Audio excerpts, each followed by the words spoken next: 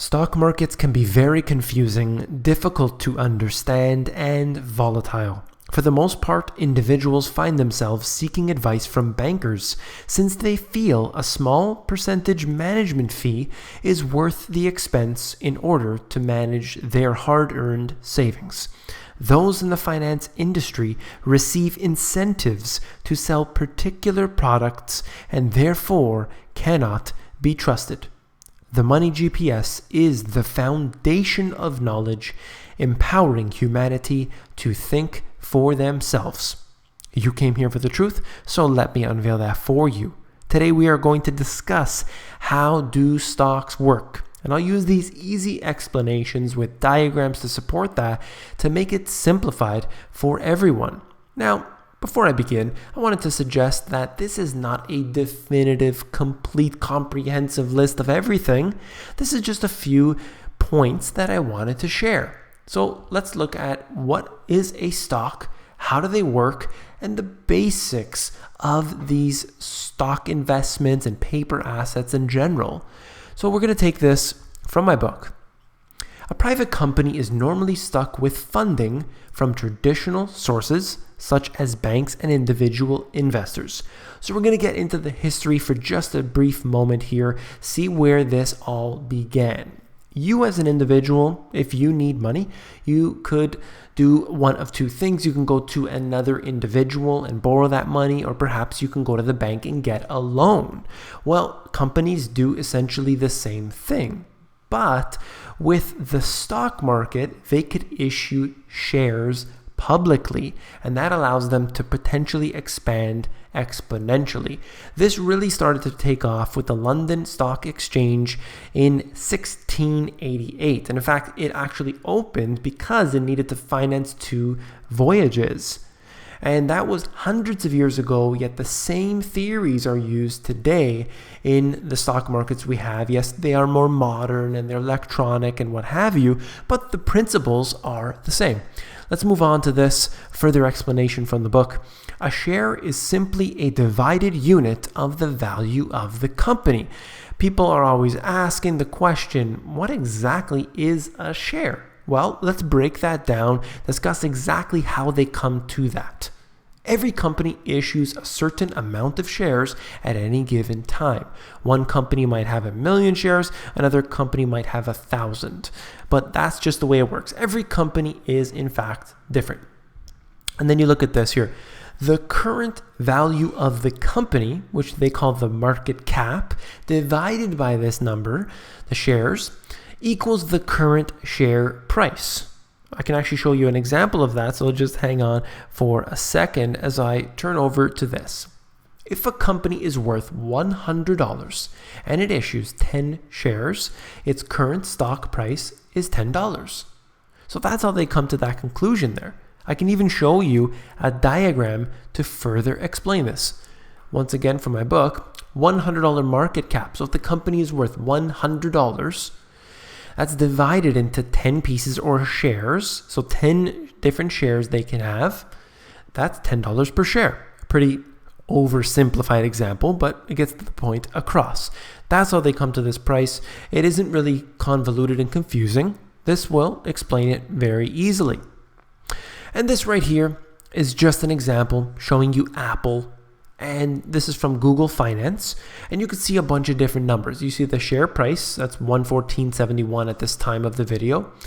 And then you get other things like the market cap and how many shares they have. For example, they have 5.7 billion shares, and they have their prices and PE ratios and everything else. So if you want the technical analysis, you would go ahead, look at these numbers, and be able to begin to address the situation with Apple. Are they doing well? Are they doing bad?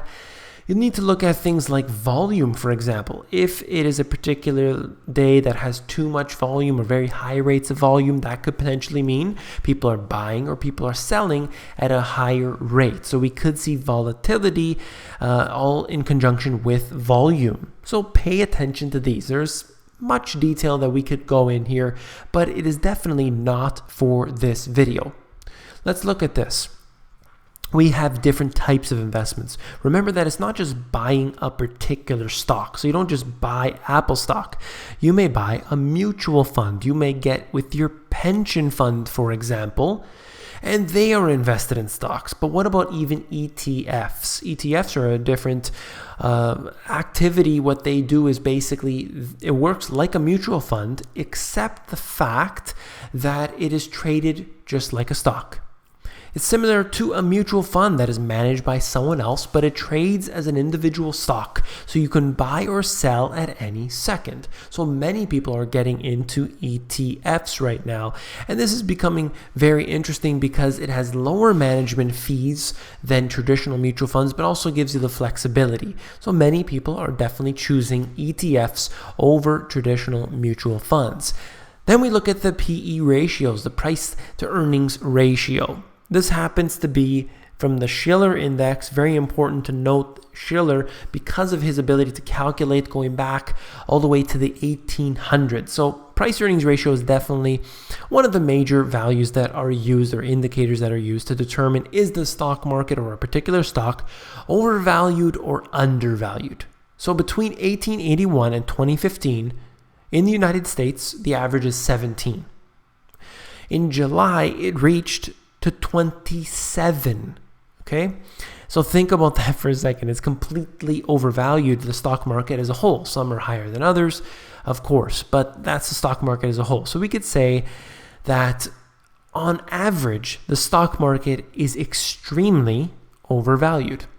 Levels higher than that have occurred very few times, including the years surrounding the stock market peaks of 1929, 2000, and 2007. And guess what? All three times the stock market collapsed. So one very important indicator is the PE ratio. Understand in the US, the average is, I've heard, 16 or 17. And anything higher than that, you could see that it's going into bubble territory. That's where we're at now at the time of this video. And you will see how this continues on. Let's look at this. If you watch the market in general, tech stocks move together, financials move together, and mining stocks move together. But an even more general view, or what I like to call zooming out, shows that most stocks move up or down together depending on the economic conditions. So if all of a sudden China is not doing well and they're crashing and collapsing, stocks in the US, all of them may go down. So even though things may be doing particularly well for, let's say, Google, for example, and everything's doing well for them, but something bad is happening in China, well then, something bad could be happening with Google. Even though it necessarily doesn't make sense based on the fundamentals, that's just the way it works. You need to zoom out and zoom out. People look too much at the technical indicators, although, yes, surely, it is important to note. But don't be focused on any one particular indicator. Use all of them together. Let's move on to this here. Now, who's trading in the markets? Is it people like you and I? Well, of course, there are some individuals, but high frequency trading makes up most of the trades that are on the big financial markets. So here we have a way to cause maximum volatility.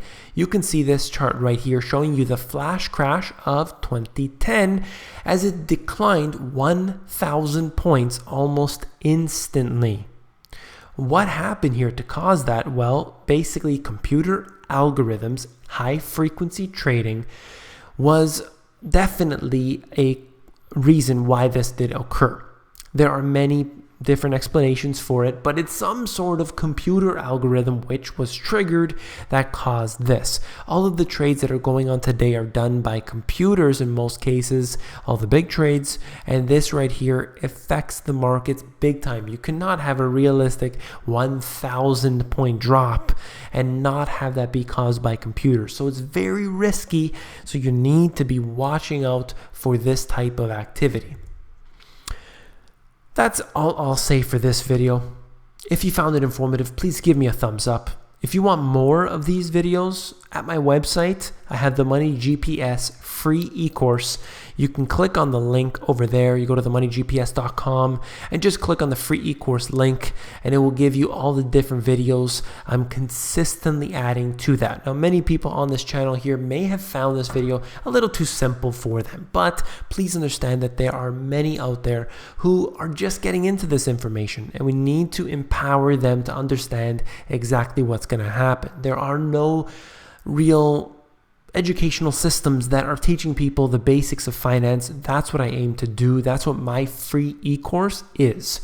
If you want to know the basics, the free e-course is definitely what you have to check out. So please remember to share this with your friends, with your family. This is very lighthearted and doesn't get into all the details of everything that we normally talk about on this show.